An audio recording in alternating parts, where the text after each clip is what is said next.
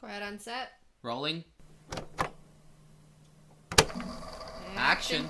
Hello! Welcome back to another episode of Let's Talk About It. I'm here once again, joined by my little sister. Hello. Today's episode, we'll be talking a little bit about the story behind Disney princesses. As many of y'all might know, Disney princesses from Disney itself, the story is not the original one. They're either rewritten from a different story from the original one, or from different ones that have been written since the original one, or might be based on a real life story or a real life person, but just changed to make it into a Disney classic Disney princess now. Just as a disclaimer, many of these stories are not the original. It might be one of the stories that came about later on about these different princesses or the stories that we know about. But with no further ado, let's begin. So with the first Disney princess that we have today, it's Rapunzel. The movie that Rapunzel is on in Disney is called Tangled. What do you know about Tangled? Okay, so Tangled is about a girl that was kept captive, and she was stolen from her parents, which are the queen and king of the little island. I don't know what to call it, but she was stolen, and she was put hostage in like a tower, and then when she turned 18 she wanted to go out and visit the world, but the person who stole her, which was her supposed to be mother, wouldn't let her because she didn't want to get caught. But she finally was able to escape with a guy named Finn.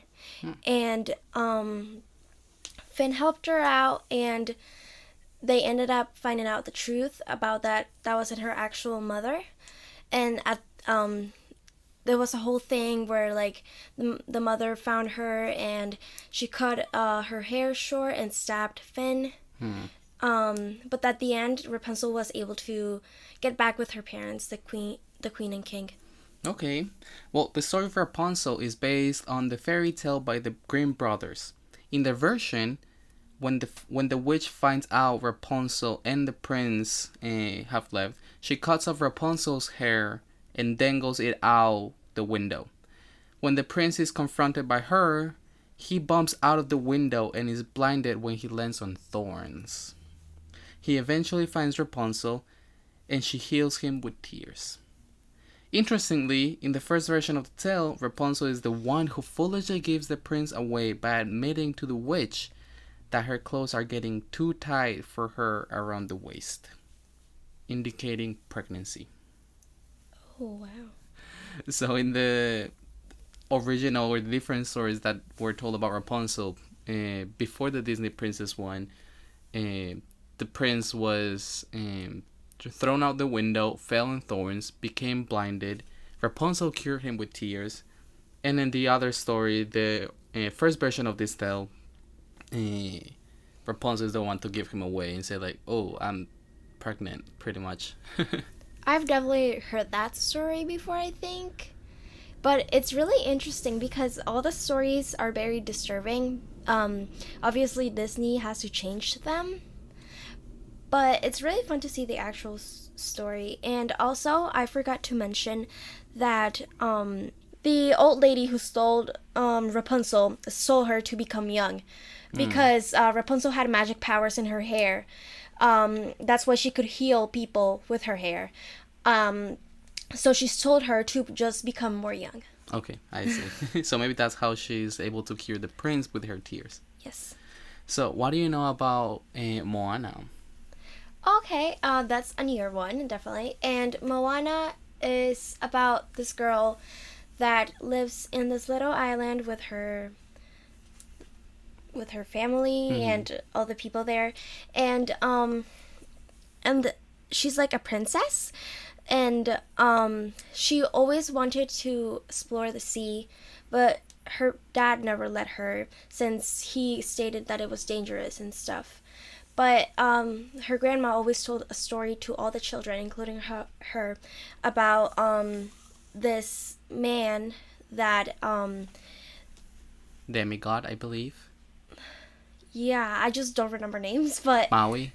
yes, him. He had this like little throne thing, and he like made the sea monster mad, and like the little amulet thing got lost, something like that. I'm sorry, I don't know much That's about it. completely fine. So this backstory is actually not really dark, as I mentioned before. It might be a story that was based off someone's actual life. So Moana is a fully fictional character. The author's original idea was to make a movie about Maui. But after their visit to Polynesia, they were inspired by the beautiful and powerful women there.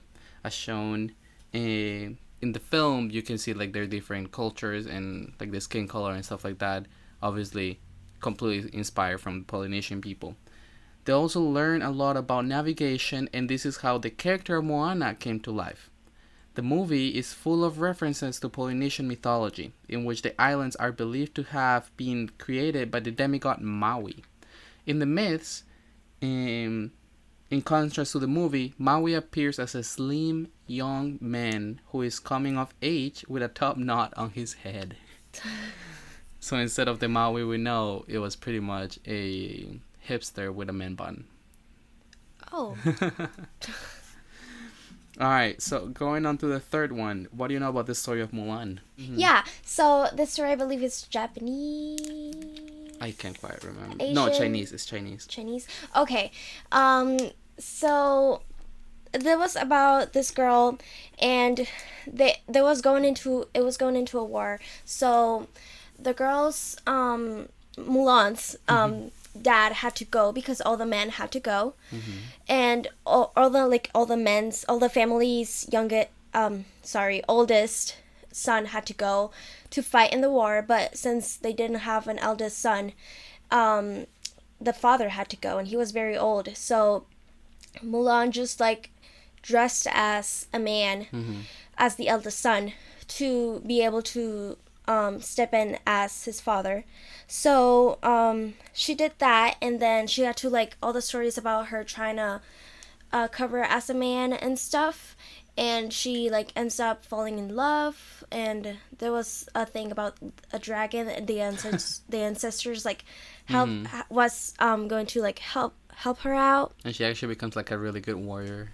Yeah, she does. And she like the king makes her one of like the best warriors there. Alright, so Mulan originates from the Chinese ballad of Mulan about a warrior woman who goes to war and, after 10 years of fighting, denies all military honors and returns home, where her family greets her happily. However, in one version of the legend, Mulan returns home to find her father dead and her family falling apart. Feeling lonely and miserable, she commits suicide. That is very...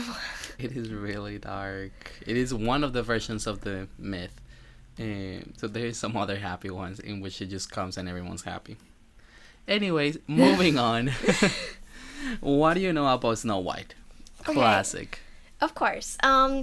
So Snow White is a 14-year-old girl that lives with her dad and I can't really evil remember. queen, I believe.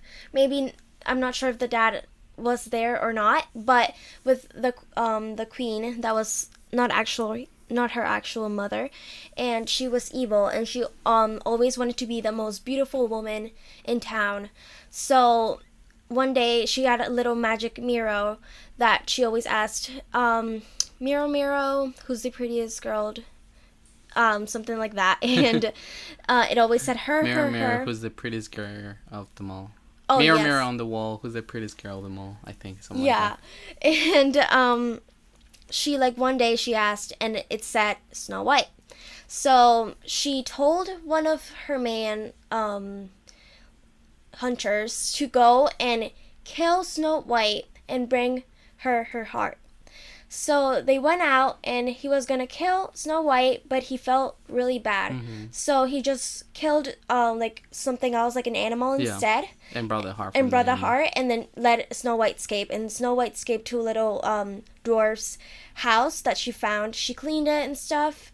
And at the end, the evil queen brought her an apple, and she didn't know that it was the evil queen, so she ate it, and then she fell into a deep sleep, maybe death, and then a prince came to her and gave her a kiss because true love was gonna wake her up. Mm-hmm.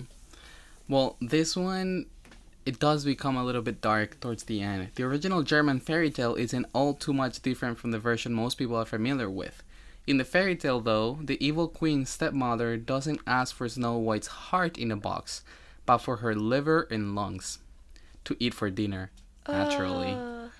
She's also already dead by the time the prince finds her, but he falls in love with her anyways, and as he carts her coffin away to do who knows what with it, the piece of poisonous apple dislodges from her throat and she awakens. And as punishment for her evil deeds, the queen is forced to wear a pair of glowing hot iron shoes placed before her tongues and dance in them until she drops dead. So she was pretty much forced to walk on hot iron shoes until she dies. Oh, okay. Going on to the fifth one, what do you know about Elsa? This is actually a really quick one. It's not that crazy. Yeah. It's just about Elsa. She's has a sister named Anna, and they're both princesses, and one day their parents went to a wedding. Mm-hmm. Actually, it's believed, I heard many rumors that the wedding is actually Rapunzel's Mm-hmm. wedding. So then they went to the wedding, and they like it was like the sea was mad or something. There was a storm, sorry. And so they ended up passing away, although some believe that like they went to an island and had Tarzan. Yeah, that's a myth. And so then they ended up alone, and since Elsa had powers that once damaged her sister by accident with her ice powers, they were just sent up, like they were just put apart because Elsa didn't want to hurt Anna. So then like after Elsa turned 18, she had to become the queen. So she became the queen, but Anna wanted to marry a guy she just met a few minutes ago. So Elsa got really mad and stormed off, and then Anna went to look for her, but she almost froze to death. But then Elsa hugged her, and she came back to life, and she learned how to control her powers, and everybody was happy. So I didn't really gather much information about this one because it's pretty simple, kind of sweet and short. The queen in Frozen is based on the character of the Snow Queen in the fairy tale by Hans Christian Andersen. She is the queen of snowflakes and lives in a frozen palace. She kidnaps a little boy, Kay, enchants him with a kiss. His friend Gerda saves him from the queen's castle several years later. So you can definitely see how it's inspired for Frozen, but it's honestly not a crazy story such as the one that's coming up next. So now we're going to talk about Beauty and the Beast. So can you tell me a little bit about Beauty and the Beast? Okay, so the story is about a girl named Belle. She is very beautiful. When her mom passed away, it's only her dad and her, and she like loves reading books, and everybody in town thinks she's very beautiful and unique since she's the only girl that can actually read, and that is actually very intelligent. So there's this guy, he really wants to like marry the girl, but she doesn't want to, but that's more important for later. Then the father goes to like a trip for work, and she always asks him for a rose to bring her, and then so he like went, and then he was in the forest going back home, and he found this castle that was very scary, and there was roses there. So he took one of the roses from the castle. So then this big beast like put him in jail or whatever, and then the horse he was in went back to say like, Belle, like, dad is not here. So then Belle went to look for her dad and found him in the like jail thing, and he told the beast that she would change places with his father. So then the father left, and she slowly fell in love with the beast, realizing that he wasn't a bad person, he was just hurt. And it was actually the beast Cursed. was cursed, yeah. And so like the all the things like were alive in the castle, and at the end they like he went back to actual human being. But before that, the guy that I said first, that like the girl like fought with the beast, and he ended up dying. So, the Disney adaptation of the classic French fairy tale about inner beauty is also a version that doesn't stray too far from the original. Both versions have roses playing an important role, a cursed prince who must find love as a beast, and a beautiful girl unaware of her looks and only interested in books. In the original fairy tale, the beast releases a homesick beauty to go visit her family on the condition she returns in a week. When her sisters hear of this, they display some sisterly love and try to get her to stay, in the hope that an angry beast will eat her alive upon her return. Also in the fairy tale, Beauty, who also happens to be a half fairy, and the beast turn out to be cousins. They turn out what? So they were cousins all along. Okay, then that's different. Yeah, so I feel like the next one coming up might be one of the crazier ones, or at least the one that stuck with me the most, and this will be Sleeping Beauty. Okay. So can you tell me about Sleeping Beauty? Okay, so Sleeping Beauty is about a girl named Aurora, and she she was the daughter of the king and queen of the town, and there was kingdom, sorry.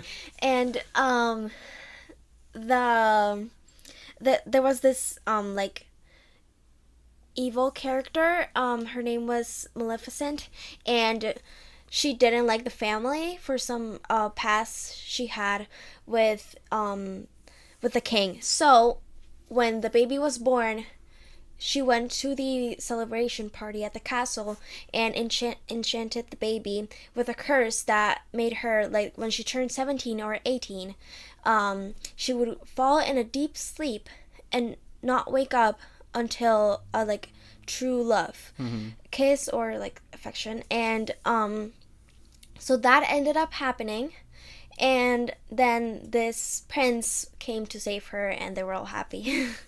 So the original story from 1634, Sun, Moon, and Talia by Giambattista Basile, sees the princess prick her finger with a splinter of poisonous flax and placed in one of her father's estates. But that's pretty much where the similarities end. A king who happens to cross the state wanders in, finds the princess' sleeping body, fails to wake her, and proceeds to rape her. So in this story, the king who is like going through the town sees the princess sleeping, and she does not wake up. So what does he do? He goes on to rape her. And if that's not bad enough, the princess later gives birth to twins while still unconscious, one of whom sucks the splinter from her finger and wakes her up.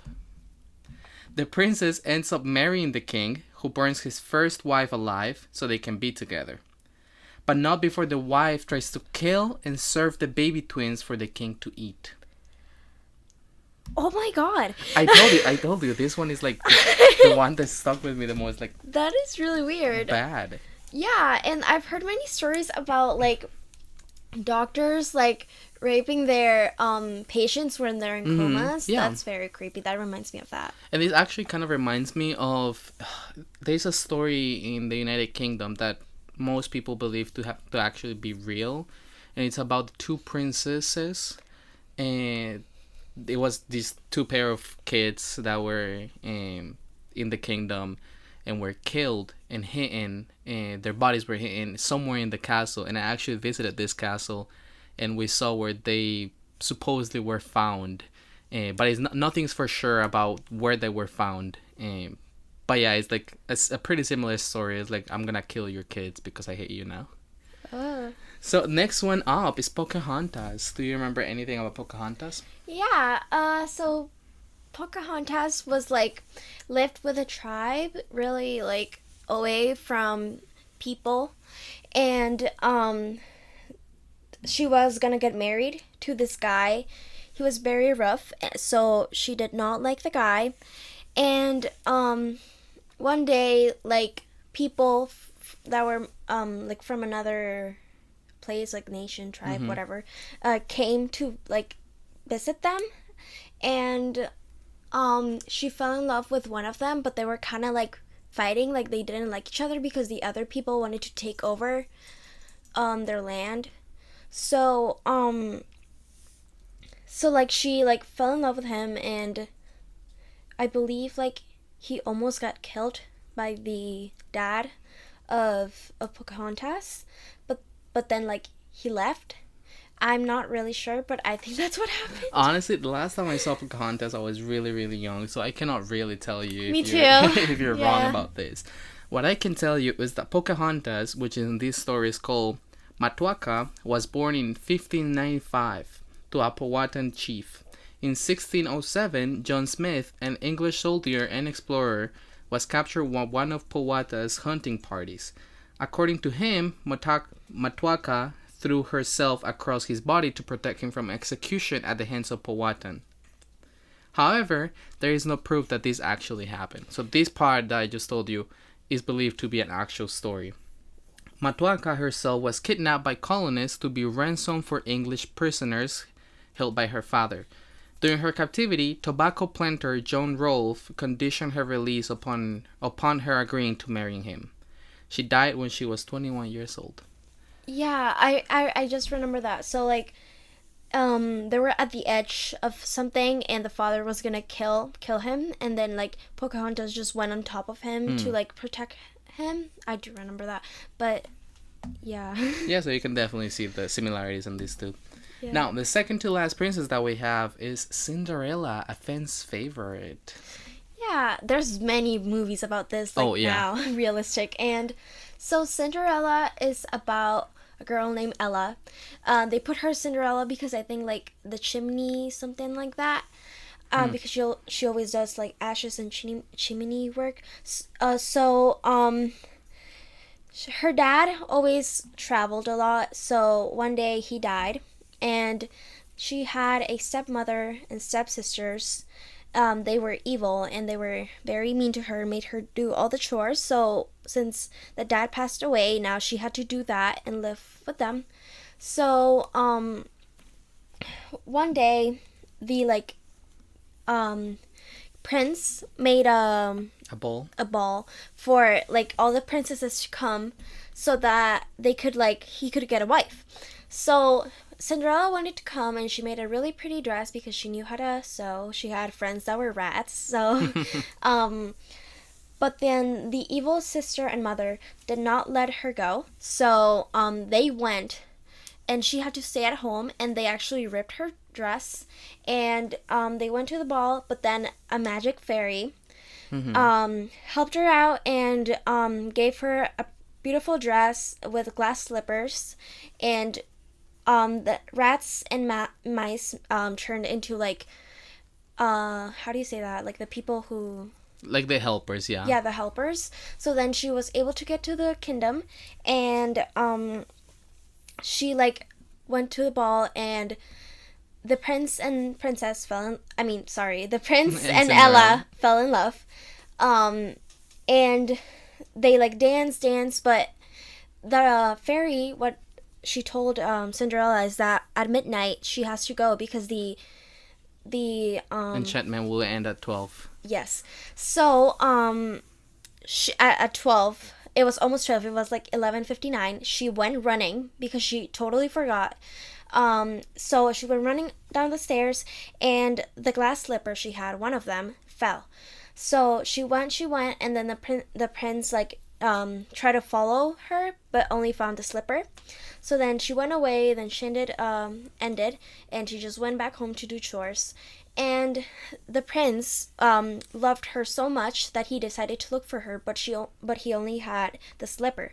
So he told people to go look for the princess. I mean, sorry, Cinderella. The soon-to-be princess. Yes, I keep forgetting. I'm sorry. And buy just the shoe, and whoever fit the shoe was Cinderella. So they went looking, and when they got to Cinderella's house, the mother locked her in the bedroom, and she was not able to get out.